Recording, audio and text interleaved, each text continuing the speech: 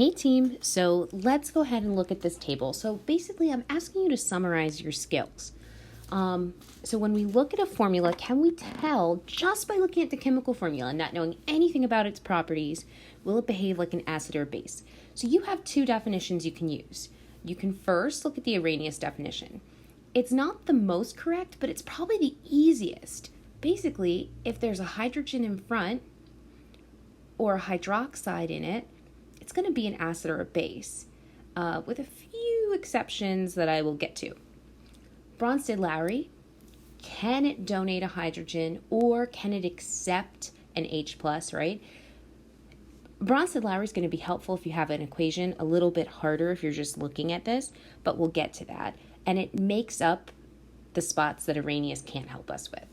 And then can you determine what its conjugate will be? So when it gives away that hydrogen ion or accepts it, what does it turn into? All right, so I know this is filled out on your screen, but I left it blank on mine so we could actually work it together. So H2CO3 is carbonic acid. This is actually what's in sodas and things like that. All right, can this be defined by Arrhenius? Does it have a hydrogen in front or a hydroxide in back? I see a hydrogen in front, so I can say yes, this can be defined by Arrhenius. And if it's got a hydrogen in front, according to Arrhenius, it's an acid. Now, if it's an acid according to Arrhenius, it's also going to be an acid according to Bronsted-Lowry. So can it give away a hydrogen? Yes. Again, it's an acid. Okay, what will its conjugate be? Well, it's going to be a conjugate base, but what does it actually turn into? And this actually turns into, it gives away one hydrogen, so you have an H left, right, because it was H2, and it becomes CO3 minus 1. So it's down one hydrogen, and the charge goes down as well because it gave away an H+. All right, let's look at HSO4 minus. This is a tricky one, and I specifically put this one on here because it's really tricky with Arrhenius. So HSO4 minus, the key to this whole problem is that little minus symbol there.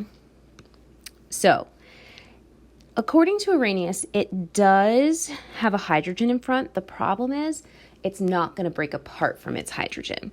This, again, because of the negative symbol, cannot, gotta change my marker, cannot be defined by Arrhenius, okay? And the reason being, again, is because of that negative symbol. Everything can be defined by Bronsted and Lowry, and because it's negative, negatives attract positives, it's going to attract H+.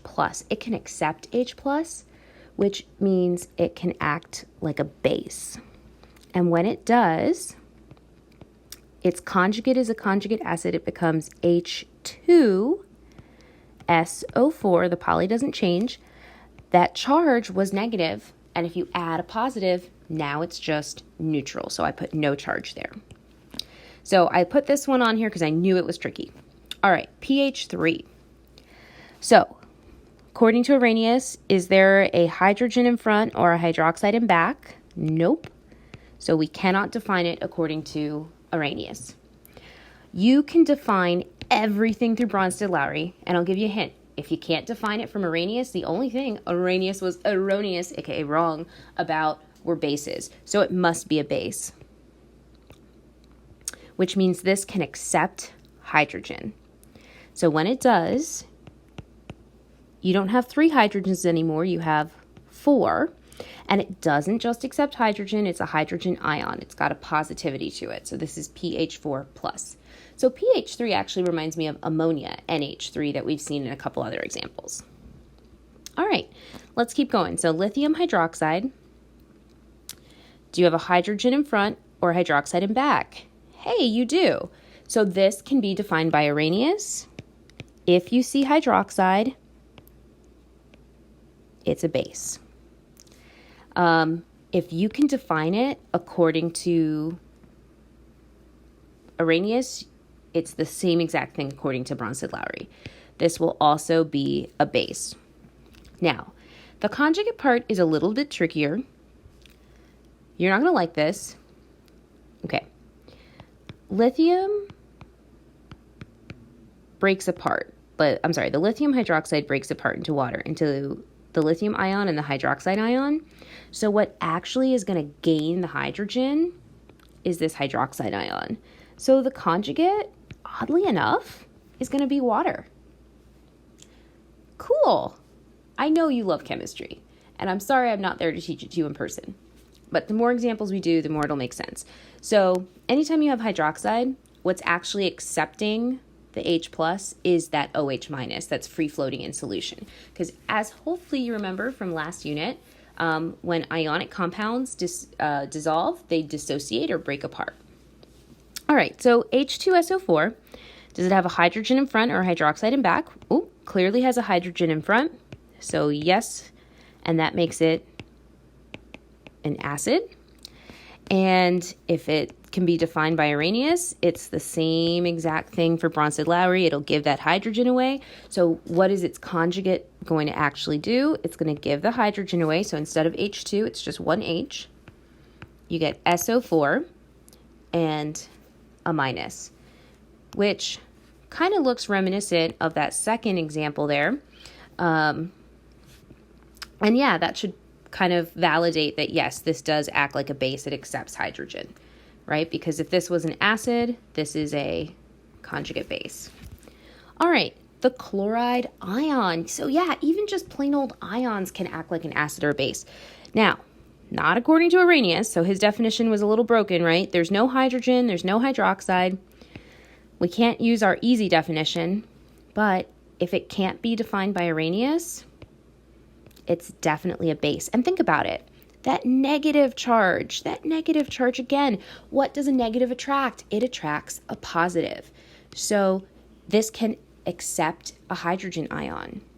So Cl minus becomes HCl. So would you agree if you have a base that your conjugate acid, HCl, like hydrochloric acid, your stomach acid? Yeah, that's an acid. Conjugate acid. So right, what it became was an acid. All right, calcium hydroxide, according to Arrhenius, yes, I see a hydroxide at the end, so we can define it as a base. If it's a base, according to Arrhenius, it's still going to be a base according to Bronsted-Lowry. This is the weird one. Whenever you have hydroxide is the weird one. Whenever we have hydroxide,